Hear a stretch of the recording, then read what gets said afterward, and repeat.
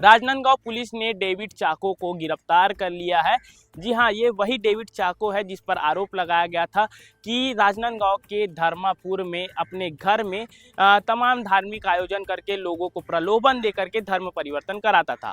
दरअसल यह भी इसके ऊपर आरोप लगाया गया था कि ये जो आश्रम संचालित कर रहा था वो अवैध रूप से था और साथ ही साथ वहाँ नाबालिग बच्चों को रखे जाने की जानकारी भी सामने आई थी। जैसे ही ग्रामीणों ने सुकुलधान चौकी में इसकी रिपोर्ट लिखाई, पुलिस ने जब जांच की तो जांच के दौरान इसके पास से लैपटॉप, मोबाइल और प्रोजेक्टर जैसे तमाम सामान को जो है जब्त किया गया और कहीं ना कहीं से पुलिस को यह भी आशंका है कि विदेशी फंडिंग का भी इसमें हाथ है। हालांकि विदेशी फंडिंग हो रही थी या नहीं हो रही थी इसकी जांच अभी भी जारी है, लेकिन आरोपी डेविड चाको को जो है धार्मिक स्वतंत्रता अधिनियम 345 और बीएनएस धारा 299 के तहत जो है उन्हें गिरफ्तार कर जेल भेज दिया गया है। और क्या वाकई में धर्म परिवर्तन कराया जा रहा था या नहीं, ये आप लोग कमेंट करके जरूर से बताइएगा। और मिलते हैं नेक्स्ट वीडियो में, तब तक के लिए जय हिंद, जय भारत, जय छत्तीसगढ़।